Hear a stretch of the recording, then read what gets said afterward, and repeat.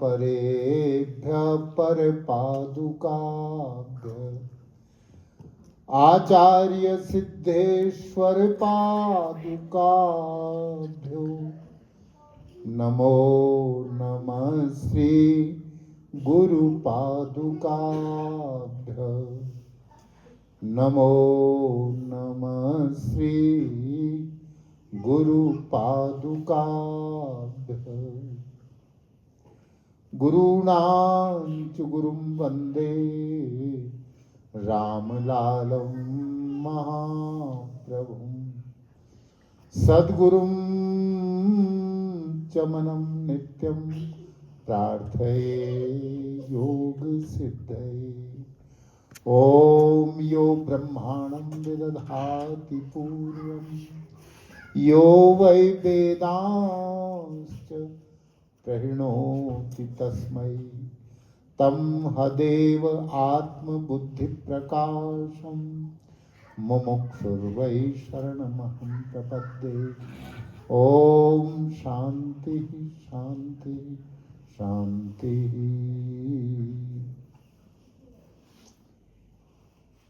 करुणा सागर सदैव वंदनीय परम पूजनीय श्री सद्गुरुदेव भगवान करुणामयी सद्गुरु माता जी, हिमालय की सूक्ष्म सिद्ध योग आत्माओं एवं प्रभु जी के प्यारे प्यारे भक्तों, आज नित्य सत्संग की परंपरा में यह द्वितीय रविवासरीय सत्संग श्री महाप्रभु रामलाल जी महाराज के श्री चरण कमलों में योग साधना आश्रम टिकरी में हमें इसका सौभाग्य प्राप्त हो रहा है। और स्वामी मुलखराज जयंती बिल्कुल सन्निकट है, जिसका कल से शुभारंभ यहाँ पर होना है 12 जनवरी से। भगवान गीता में कहते हैं यदा यदा हि धर्मस्य ग्लानिर्भवति भारत अभ्युत्थानम अधर्मस्य तदात्मानं सृजाम्यहम्, कि जब जब इस धरती पर धर्म की हानि होती है, धर्म का स्तर गिरने लगता है, तब और जब जब अधर्म का अभ्युत्थान होता है, अभ्युत्थानम अधर्मस्य, जब पाप जो है ऊपर उठने लगता है पाप का स्तर, तो तदात्मानं सृजाम्यहम्, तब मैं अपने आप को मानव शरीर में प्रकट करता हूँ, मानव समाज में प्रकट करता हूँ, ताकि मानव समाज का उचित मार्गदर्शन करके पाप की प्रवृत्तियों को रोका जा सके। और फिर आगे कहते हैं कि परित्राणाय साधूनां विनाशाय च दुष्कृतां धर्म संस्थापनार्थाय संभवामि युगे युगे। मैं सज्जनों का परित्राण करने के लिए और विनाशाय च दुष्कृतां, और दुष्टों के विनाश के लिए, इस प्रकार से धर्म संस्थापनार्थाय, और धर्म की रक्षा के लिए, धर्म की स्थापना के लिए मैं संभवामि युगे युगे, युग युग में मैं अपने तेज के द्वारा, तेजांश के द्वारा प्रकट होता हूँ। और हम जब यज्ञ हवन करते हैं और रामलाल अष्टोत्तरी माला का उच्चारण करते हैं, तो ठीक यही बात हम उसमें भी कहते हैं, युग युग में अवतार लें दुख हरण भगवान, और जो जिस युग में प्रकट हो वही करे कल्याण। देश काल परिस्थितियों के अनुसार परमात्मा उसी प्रकार का रूप धारण करके और उसी प्रकार का मार्गदर्शन लेकर के इस धराधाम पर आते रहे हैं, गुरुओं के रूप में, संतों के रूप में, अवतारों के रूप में आते रहे। इसीलिए कहा गया कि गुरुर्ब्रह्मा गुरुर्विष्णु गुरुर्देवो महेश्वरा, गुरु साक्षात परब्रह्म तस्मै श्री गुरवे नमः। तो अपने समय पर इसकी कई अर्थ है। ये भी अर्थ है कि ब्रह्मा भी गुरु है, विष्णु भी गुरु है, और गुरुदेवो महेश्वरा, भगवान शिव भी गुरु है। अपने समय पर उन्होंने भी मार्गदर्शन दिया है मानव समाज को, धरती को। और गुरु साक्षात परब्रह्म, अभी आदरणीय ठाकुर साहब कह रहे थे कि सहस्रार में वास है, निर्मल देते निर्मल ज्ञान। असल में सहस्रार में वो पार ब्रह्म का रूप है उसका, क्योंकि वो परम व्योम है, महाकाश है। चित्ताकाश से ऊपर महाकाश, महाआकाश में परम व्योम में उसका जो सहस्रार में जो वास है, वहां वो ब्रह्म के रूप में है। ऐसा सदगुरुदेव ने अनुग्रह कांड में भी ये बात लिखी है, इसी तरह का दुआ कि सहस्रार में स्थित है वह ब्रह्म के रूप, वो ब्रह्म के ही रूप, वो ब्रह्म के ही रूप में उसका वहां वास है। तो संतों के रूप में, जैसे कि स्वामी मुलखराज जी महाराज के कुछ दृष्टांत शिषपाल जी ने बताए, तो स्वामी मुलखराज जी महाराज हर समय अपने गुरु में, गुरु के ध्यान में ही लीन रहते थे। तदाकारिता, गुरु रूप में, गुरु स्वरूप में ही वो लीन रहा करते थे। और उनको अपने मूलाधार में जो गणेश की परम सिद्धि प्राप्त हो गई थी शुरुआती दौर में, वो हर समय मूलाधार चक्र का ध्यान करते थे और उसी में लीन रहते थे। इसलिए उन्हें सर्वत्र गणपति के भी दर्शन होते रहते थे। अब क्योंकि जैसे ठाकुर साहब ने कहा कि कहीं से भी चलो दिल्ली ही पहुंचेंगे, तो गोपालानंद जी महाराज, ब्रह्मचारी गोपालानंद जी का जो है केवल सहस्रार चक्र में ही के ध्यान में ही लीन रहते थे। उनका स्वभाव सहस्रार का ध्यान, सहस्रार चक्र में गुरु का ध्यान वो करते थे। जबकि स्वामी जी की आदत थी कि वो, उनका स्वभाव बन चुका था कि वो मूलाधार में गणपति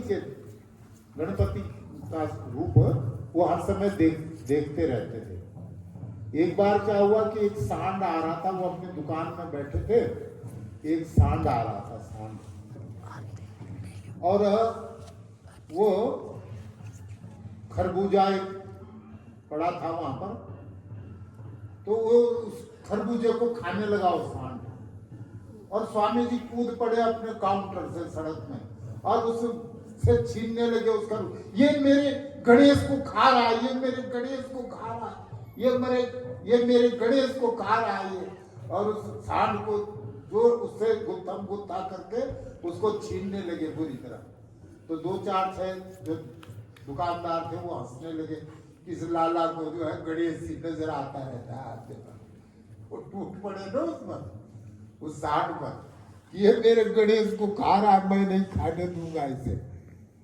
मतलब इतनी लीनता उनमें रहती थी। जब किसी भक्त का पर कृपा करनी होती थी तो अब गुरु है ना, गुरु भक्तों के अपने अपने स्वभाव ध्यान के अनुसार।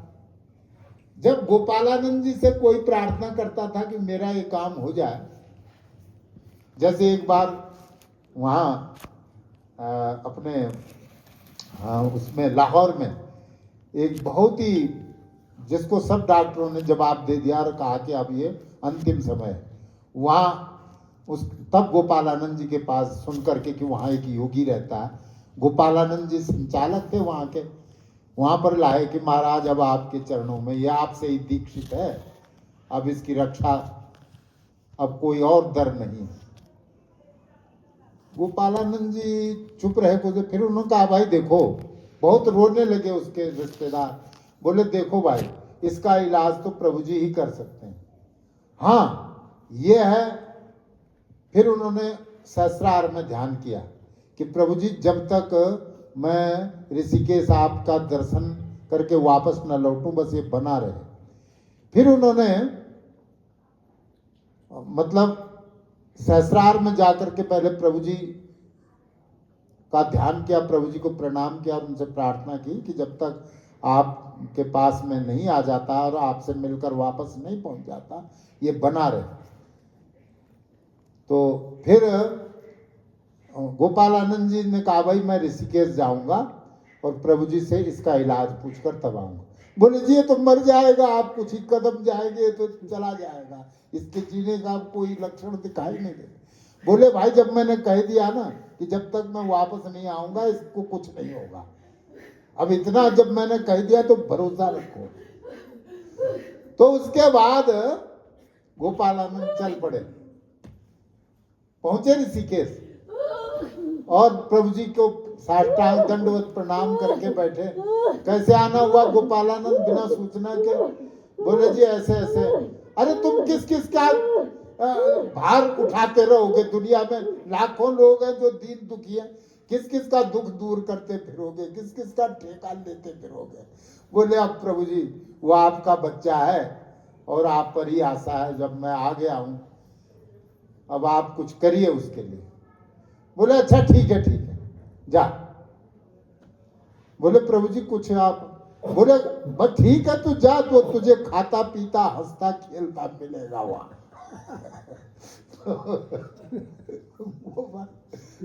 गोपालानंद जी चले गए, पहुंचे वहां। ट्रेन तो आती जाती थी ना, पंजाब मेल ऋषिकेश तक आती थी, हरिद्वार, फिर हरिद्वार से ऋषिकेश लोकल ट्रेन। पहुंचे तो वो बड़े आराम से उस समय खिचड़ी खा रहा था बैठ करके। बोले जी पता नहीं क्या हुआ है? कहते कल शाम से ये बिल्कुल जो है अपने को स्वस्थ महसूस कर रहा है। गोपालानंद जी ने कहा उनकर परम करुणा मैंने इस पर कृपा कर दी है, अब आप लोग जाओ भजन करो, योग का अभ्यास करो। अब स्वामी मुलखराज जी महाराज के पास जब भी कोई आते थे तो वो सहस्रार चक्र में जाकर के गणपति का ध्यान, मूलाधार चक्र में जाकर के, और रिद्धि सिद्धि है वहां, उनको आज्ञा देते थे कि उस व्यक्ति का ये काम कर दो। वो प्रार्थना नहीं करते थे, वो रिद्धि सिद्धि को आज्ञा देते थे, क्योंकि वहां गणपति रिद्धि और सिद्धि इन ये पत्नियां कहलाती हैं गणपति की, वह शक्तियां मतलब, तो उनके साथ गणपति मूलाधार चक्र में मौजूद रहते हैं। तो स्वामी मुलखराज जी महाराज मूलाधार चक्र में जाकर के रिद्धि और सिद्धि को आज्ञा देते थे कि उस भक्त का ये काम होना चाहिए, वो आज्ञा करते थे। जबकि गोपालानंद जो है सहस्रार चक्र में गुरु के चरण कमलों में निवेदन करते थे कि आप कृपा करके उस भक्त का ये दुख। मतलब ये है कि स्वामी मुलखराज जी को इतनी ऊंची स्थिति प्राप्त हो चुकी थी कि अपने गुरु की कृपा के बल से वो रिद्धि सिद्धियों को आदेश दिया करते थे और बहुत ही निमाने थे, इतने निमाने थे, उनको लोकैषणा का कुछ भी इच्छा नहीं थी। आपको बताएं कि एक बार शायद सन 1958 की बात है, दिल्ली में अंतरराष्ट्रीय योग दिवस, योग समारोह दिवस में योग है ना, योग सम्मेलन सेमिनार दिल्ली में 1958 में अंतरराष्ट्रीय योग सम्मेलन मनाया गया। तो उसमें बहुत योगी आए, दूसरे देशों के भी, जापान के, जर्मन के, अमेरिका से भी आए। तो स्वामी मुलखराज जी महाराज भी, उनको भी आमंत्रित किया गया था। उनको भी आमंत्रित किया गया था, और योगीराज स्वामी चंद्रमोहन जी महाराज को भी आमंत्रित किया गया था। अब हुआ क्या कि अलग अलग सत्रों में अध्यक्षता की अलग अलग महापुरुषों ने, तो एक सत्र में जब तो अध्यक्षता योगीराज स्वामी चंद्रमोहन जी महाराज को अध्यक्षता दी गई। अब उन्हें अध्यक्षता के लिए बुलाया गया मंच पर। अब लेकिन उनके बड़े गुरु भाई तो बैठे थे, आम जनता के साथ ही एक तरफ बैठे हुए थे, स्वामी मुलकराज जी महाराज। तो क्योंकि जो योगीराज स्वामी मुलकराज जी महाराज थे वो ध्यान योगी थे और ध्यान में हर समय डूबे रहते थे। उनके पास लौकिक उपाधियां नहीं थी, लेकिन वो ध्यान में डूबे रहते थे। उन्हें अपने शरीर की भी होश नहीं रहती थी, वो अपने गुरु में ही लीन रहते थे। इसलिए किसी भी दूसरे देवी देवताओं का उनके जीवन में कोई भूमिका नहीं थी। तो जब योगीराज स्वामी चंद्रमोहन जी महाराज को अध्यक्षता दी गई, उनको मंच पर बुलाया गया, तो वो मंच पर तो थे ही, स्वामी मुलकराज जी भी मंच पर थे, सभी थे, लेकिन जो आसन बने हुए थे पद के लिए, उस आसन पर जब उन्हें बैठने को कहा गया अध्यक्ष के आसन पर, तो उन्होंने स्वामी मुलकराज जी से प्रार्थना की कि आप भी बैठिए बगल के आसन में। तो स्वामी मुलकराज जी नहीं माने, बहुत उनको मनाया कि आप भी बैठिए, लेकिन स्वामी मुलकराज जी बिल्कुल बैठने को तैयार नहीं हुए ऊपर आसन पर। तो फिर मजबूर होकर के चंद्रमोहन जी महाराज को फिर खड़े खड़े ही प्रवचन करना पड़ा। वो भी नहीं बैठे क्योंकि उनके बड़े गुरु भाई नीचे बैठे हुए थे। ये उन्होंने खुद अपने संस्मरण में लिखा है स्वामी चंद्रमोहन जी ने कि जब मेरे बड़े गुरु भाई आसन पर बैठने को तैयार नहीं हुए मेरे निवेदन करने पर, तो फिर मैंने भी फिर खड़े खड़े प्रवचन किया उस। तो योग में ऐसा निमानापन, स्वामी मुलकराज जी महाराज, उनके ससुर जी एक बार बीमार पड़ गए, और लाहौर की एक बात है, उनको हॉस्पिटल दाखिल कराया गया। तो वो रोज अपने ससुर जी के लिए भोजन खाना लेकर के जाते थे हॉस्पिटल। तो एक दिन जब वो जा रहे थे तो एक वहां पर एक आर्मी गेट पर एक फकीर रहते थे, बड़े फेमस फकीर थे वो। तो उन्होंने कहा कि बेटा कहाँ जा रहे हो? बोले जी मैं हॉस्पिटल जा रहा हूँ। अच्छा, तो बोले अच्छा ठीक है, तो ऐसा है क्या बात है? बोले जी मेरे ससुर बीमार है। बोले बेटा तू जिनके चरणों में है ना, वो पार ब्रह्म है, तू धन्य हो रहा है, तेरा जीवन सफल हो रहा है, तेरे जीवन से मैं बहुत दिव्य प्रकाश को फैलता देख रहा हूं। ले ये अच्छा, स्वामी मुलकराज जी ने पहले उनसे भोजन करने का निवेदन किया, और जो भोजन वो घर से लाए थे उनको करा दिया।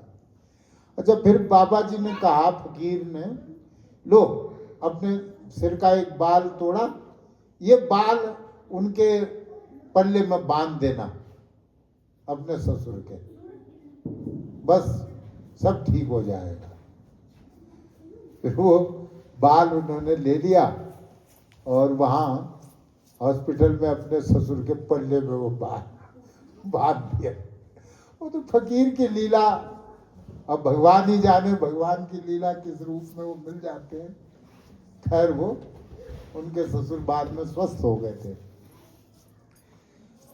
प्रभु की अजीब घटना आप देखिए, स्वामी मुलकराज जी महाराज, क्योंकि एक बार क्या हुआ कि एक जगह किसी पर किसी उसकी आत्मा आती थी, किसी पीर की आत्मा, माली मतलब, तो वहां छेरने बहुत लोग जाते थे। मंगलवार का दिन था या इतवार का, बहुत लोग वहां छेरने जाते थे पूछने। और किसी पर किसी पीर फकीर की आत्मा आती थी, फिर वो बोलती थी। तो एक दिन स्वामी मुलकराज जी के दोस्त ने कहा, चलो आप मेरे साथ चलो, बहुत बड़ा एक जो है बहुत बड़ा फकीर की आत्मा बोलती है वहां, बिल्कुल सच सच बोलती है, चलो आप। अब स्वामी मुलकराज जी ने कहा, भाई मुझे मत ले जाओ, मेरा मन बिल्कुल नहीं लगता ऐसी जगहों पर। मैंने, अरे यार मेरी खातिर चल पड़ो ना आप, कमाल है। मैं, चलो स्वामी मुलकराज जी चल पड़े उस दोस्त के साथ, चल पड़े। तो अब जब गए वहां बहुत भीड़ लगी हुई थी। अब वो दोस्त, अब कई लोग पूछ चुके थे, पूछ के निकल चुके थे, कईयों का नंबर आ रहा था। अब ये अपने दोस्त के साथ वहीं अंदर उस हॉल में बैठ गए जाकर। अब जब ये बैठे तो वो जो पीर था जो इन पर आता था, उसका आना ही बंद हो गया। वो आया ही नहीं, रुक गया, वो अंदर नहीं आ पाया। उस हॉल के अंदर वो घुस नहीं पाया। वो पीर ऊपर अंत आकाश में ऊपर से हवा में ही रह गया वो, लेकिन उसमें उतर नहीं पाया उस आदमी में। अब वो परेशान हो गया, बहुत परेशान हो गया वो। उसने बहुत कोशिश की, लेकिन वो, क्योंकि स्वामी मुलकराज का इतना तेज था, इतना तीव्र प्रकाश, इतना तीव्र तेज था कि उस तेज के सामने वो जो पीर फकीर की आत्मा थी वो प्रवेश नहीं हो पाई, एंटर नहीं कर पाई, प्रवेश नहीं कर पाई, वो बाहर ही रह गया। वो बहुत, अब वो छेड़ने वाला है वो भी बहुत ही लज्जित हो गया, शर्मिंदा हो गया कि भाई अब क्या हो गया मुझको। अभी तो मेरे 20 का वो बताया, अब ये फकीर जो है अंदर मेरे में नहीं आ पा रहा। तो फिर उस फकीर ने दूर से ही उसको कहा कि उसके कान में कि यहाँ एक तेजस्वी तपस्वी घुसा हुआ है और उसकी वजह से मैं अंदर नहीं आ पा रहा। फिर उस छेड़ने वाले ने कहा कि भाई यहाँ कोई बड़े महापुरुष आ गए हैं, तेजस्वी तपस्वी, मेरी उनसे प्रार्थना है कि भाई वो चले जाए, क्योंकि सबका काम रुक गया। अब स्वामी जी ने तो अपने को तेजस्वी माना ही नहीं, चुपचाप। तब प्रभु जी ने उनके कान में कहा कि बेटा इनके काम में बाधा पड़ रही है, तुम उठ करके यहाँ से चले जाओ। ये बेचारे, इनकी रोजी रोटी चलती है इससे, बहुत लोग पूछने के लिए आए हुए हैं। तुम्हारी वजह से इनके काम में बाधा पड़ी, ये बात ठीक नहीं है। प्रभु जी ने उनके कान में कहा कि उठकर चले जाओ। फिर वो अपने दोस्त से माफी मांग करके उठे और हॉल के बाहर चले गए। उसके बाद फिर उसका छेड़ना शुरू हो गया। उसके बाद सबका फिर जो प्रश्न लेकर के आए हुए थे छेड़ने वाले, उनका फिर नंबर दोबारा लग गया। फिर वो पीर फकीर की आत्मा तब उसमें आई जब स्वामी मुलकराज जी वहां से चले गए। तो स्वामी मुलकराज जी महाराज, देखिए ना, इस देश की ये बड़ी एक विशेषता रही है कि यहाँ बड़े बड़े डिग्री डिप्लोमा धारी और बड़े बड़े पढ़े लिखे उस तरह के योगी उस स्तर के नहीं हो पाए जितना कि केवल आत्मा में रमण करने वाले, भक्ति में डूबे रहने वाले, ध्यान में डूबे रहने वाले अनपढ़, यानी अनपढ़ जो है जितना ऊंची स्थिति उनकी इस देश में देखी गई, जिन्होंने व्यवहारिक औपचारिक शिक्षा नहीं पाई स्कूलों में, फार्मेटिकल एजुकेशन नहीं ली जिन्होंने स्कूलों में, ऐसे लोग, ऐसे योगी उच्च स्तर के इस भारत भूमि पर हुए। आप अगर इतिहास में झांकेंगे तो ऐसे आपको 50 नाम मिलेंगे जिनकी स्थिति बहुत ऊंची थी, चाहे कबीर रहे हों या दादू दयाल रहे हों या गुलाब साहब रहे हों, फरीद रहे हों या स्वामी मुलखराज जी महाराज रहे हों, जो भी इस ऐसे, तो ये सब रज्जब वगैरह बहुत, पलटू साहब, बहुत ऐसे संत हो गए हैं, तो जिन्होंने स्कूली शिक्षा तो नहीं पाई, लेकिन उनकी स्थिति बहुत ऊंची हुई है। संसार को मार्गदर्शन देने की और संसार के अज्ञान को मिटा देने की जो शक्ति ऐसे योगियों में, और उसी स्तर के योगी हुए अपने योगेश्वर स्वामी मुलखराज जी महाराज।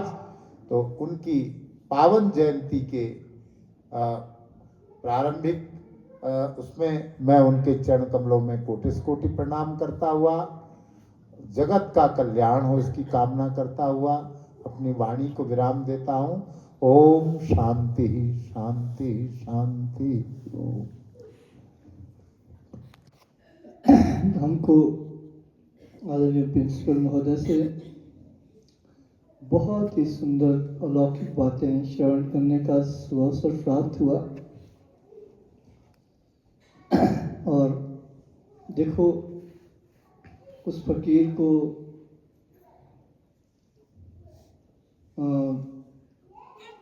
ज्ञात हुआ कि कोई बहुत ही तेज तपस्वी व्यक्ति यहाँ बैठे हैं, उनसे प्रार्थना है कि वो बाहर चले जाएं, अन्यथा मैं किसी की मदद नहीं कर पाऊंगा। अब देखो योगी कैसा होता है इनकी। अब स्वामी मुलखराज जी अपने को कुछ भी नहीं समझते थे, वो बैठे रहे, उन्होंने कोई होगा तपस्वी यहाँ बैठा हो। आप देखिए ना योगी को की महानता, वो सब कुछ होते हुए भी, वो ये कहते हुए भी कि कोई बहुत महान तपस्वी तेजस्वी यहाँ पे कोई व्यक्ति आया, उनसे प्रार्थना है कि वो बाहर चले जाए, वरना मेरा काम नहीं हो सकता, आत्मा ही एंटर नहीं कर पा रही है। अब स्वामी जी सोचे कोई होगा, मैं तो नहीं हूं। अब फिर प्रभु जी को कहना पड़ा स्वामी जी को कि मुलखराज जी आप उठ जाओ, आपकी वजह से नहीं यहाँ कुछ हो पा रहा। अब देखो, अगर ऐसी मनोस्थिति हो ना तब तो कुछ हो। हमारी मनोस्थिति ऐसे काम होती है, अगर कुछ आ जाए तो हम तो बोलने यार मैं ही होना तपस्वी, फिर मैं चलता हूँ बाहर। लेकिन वो अपने को कुछ नहीं समझते थे, ध्यान में डूबे रहते थे। फिर प्रभु जी को ही कहना पड़ा कि भैया आप ही उठ जाएं। तो ऐसी मनोस्थिति बड़ी मुश्किल है ना, ऐसी मनोस्थिति आना ही बड़ी मुश्किल है। अब महाराज जी ने रामायण में भी लिखा है कि प्रभु जी आपने मुझे बहुत पढ़ाया, संस्कृत का बहुत बड़ा विद्वान बनाया, बोले इससे तो घमंडी आया ना मेरे को, तो और क्या हुआ, कहते हैं अपना मेरा घमंडी बड़ा है कि मैं इतना पढ़ा हूं। अब योगी देखो कैसे होते हैं। अब ये बात तो स्वामी महाराज की तो बड़ी दूर की बात है, वो तो थे ही सब कुछ, लेकिन हम सभी जो गुरु के चरणों में होते हैं ना, हम पर भी बड़ी कृपा होती है। यहीं पर लड़ोट की बात है। लड़ोट में अपने सुदर्शन जी है, पहले बहुत आते थे, पता नहीं आजकल क्यों नहीं आते, बड़े समय से जितना भगवान ने किसी को लाना उतने पहुंचते हैं। तो उनके पिताजी का होटल होता था, उस वक्त तो डोरकार पैदल ही जाया करते थे। तो वो प्रभु जी से, महाराज जी से दीक्षित सुदर्शन जी, उससे उनके पिताजी नहीं थे तो होटल में वो थे। तो वहीं पर जो है 2 महिलाएं होटल में आ गई। कोई शायद वो ढूंढकवार जाने वाली थी कि कैसी थी। तो वहाँ पर एक माली थे, देवता, हरिजन के देवता के। तो उन महिलाओं ने बोला आप माली है? बोला हाँ जी। बोला हमने कुछ पूछना था आपसे। तो सुमाली भी वो शीतल थी, बैठ गया, भाई चलो कोई बात नहीं। माली बैठ गया। उन्होंने कहा सुदर्शन को, बोला ये ऐसा है, अब ये औरतें तो शीशा नहीं पकड़ सकती, शीशा समझते हैं, चाहो गिनने पड़ते हैं।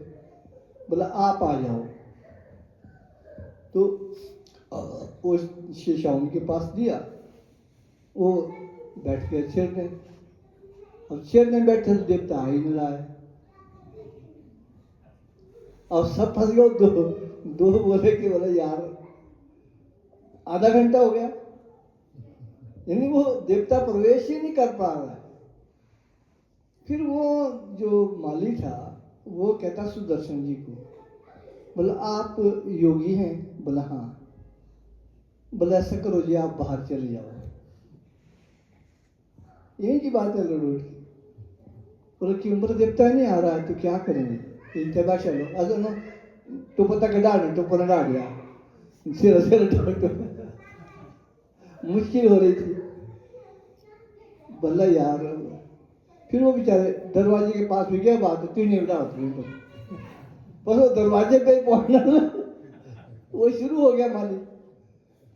अच्छा अब फंस गया कि अब शीशा कौन पकड़े? अब उसके लिए मत चाहिए था। वही औरतें बेचारे अब क्या करें? फिर उसने जो है ना हाथ में शीशा पकड़ा, तब सारा तो बाउट दी शीशा एक कितनी गौण आपको तो गौण आता है बाउट दी, गिर गए, फिर खुद ही उठा के डालता था। तो इस तरह से काम किया उन लेडीज का। कहने का मतलब है कि जो योग के, अब आप लगा सकते हैं आइडिया। आप सब जाते हैं बोला देव उला कर दो, देवा के तो शेर ही भी नहीं जहां योगी बैठा होता है। लगना का है क्या भाई? वो तो एंटर भी नहीं कर पा रहा अपने गुरु में भी, है ना। लगने की बातें बड़ी दूर है। तो ये जो रास्ता है, बेशक अपने को ही पता नहीं होता कि मैं कहां तक पहुंचा हूं, लेकिन साधारण नहीं है। इसीलिए जो भी योग के मार्ग में है, अब स्वामी जी महाराज को अपने को ही पता नहीं था कि मैं तेजस्वी हूं। वो भी जाके वो बता रहा है कि भाई कोई तेजस्वी व्यक्ति है, यहां से उठ जाए। साधारण जनता का काम नहीं हो रहा। इसलिए योग नास्ति योगात परम बलम, योग के मुकाबले का बल कहीं नहीं। इसलिए योगी किसी चीज से घबराता नहीं है। नहीं तो अब आप आ जाएंगे, चार हो जाएंगे, कोई इकट्ठे, कोई तंत्र वाले, कोई मंत्र वाले, कोई देवते वाले, कोई दोष वाले, और सारे दोष बता देंगे आपको, लगे हुए सारे और आप घबरा जाएंगे। जबकि ऐसा नहीं है, वो कोई भी लगने वाला आपको नहीं होता। यहीं पर अपने कपूरी जी बैठे। अब शादी होनी थी आपकी, बहू आनी थी ना जी, हाँ बहू आनी थी ढाक गांव से। अब ढाक गांव से मैं भी इन्वाइटेड था, और शाम को जब मैं प्रवचन दे रहा था, मैं हैरान हो गया कि पिन ड्रॉप साइलेंस, उसका पिन ड्रॉप साइलेंस थी, और सारे बाराती ना पिन ड्रॉप साइलेंस में बैठे थे। उसके बाद मुझे पूछना ही पड़ा कि मैंने कहा यार ये जो ढाक गांव के लोग हैं, है ना, इतने चुप क्यों थे आज? क्योंकि जब मैं चेयरमैन होता था तो मैं प्राइज डिस्ट्रीब्यूशन पे जाता था तालू में, टूर्नामेंट्स में ना। तो वहां जब जाता था तो ऐसा कोई टूर्नामेंट नहीं होता जब वहां ट्रेलर नहीं निकलता था मार कुटाई का। मेरे प्रवचन देते पटाखे होते थे बीच में लगे हुए, घर से बज रहे हैं। अब मुझे पता था ये शराबी यहाँ पर हैं सभी, और मैं कहा, ऐसा इलाका है वो तालू पर, फटाफट वहाँ पर पटाखे लग जाते थे एक दूसरे, कोई भी हर बार जब भी स्पीच देता था बीच में झगड़ा वहाँ, तो वो एक आम बात थी मेरे लिए। वो तो विरोध चले जाते थे परे। पर जब वहाँ जाखी गया मैं कि वहाँ से आई है बारात, जहाँ दिन दिहाड़े जो है ना प्रवचन का ध्यान भी नहीं देते थे लोग, भाई ये लेक्चर दे रहे हैं, आए हैं सभापति, तो सुने नहीं, ट्रेलर निकल जाता था, अरे ये चुप क्यों है। तो देखिए जब वो बारात ढाक गांव से आ रही थी इनके यहाँ, तो वहां जीवाश्म देवता ना खुद प्रकट हो गया एक आदमी। भाई देखो, अगर कोई यहां से शराब पी के या मीट खा के कपूरी जी के घर गया बारात में, उसका तो मैं वंश ही खत्म कर दूंगा। ये खुद बोला माली ने, जीवाश्म ने, कि उसका तो कुल नाश कर दूंगा कहते हैं। अब जब सब हो आए तो किसी ने न शराब पी, लाग भी नहीं था पुतलाए, चुपके से सुन रहे थे, पिन ड्रॉप साइलेंस। आप ये देखिए ना, तो कपूरी जी के पीछे कौन खड़े थे, और कपूरी जी इस परेशानी में से पता नहीं क्या होगा जी, मेरे पास आए थे कि पता नहीं ठाकुर साहब शादी बीत जानी थी, ढाक गांव से ला रहा हूँ। मैं कहा प्रभु ये भाई जो करने वाले हैं, और प्रभु जी ने जीवाश्म के मालिक को ही, जिस पर उनका विश्वास था, उससे ही कहला दिया कि कुने लाग लाई तेसरो गाड़ा हुआ हूँ खानदाना खत्म कर दूँ।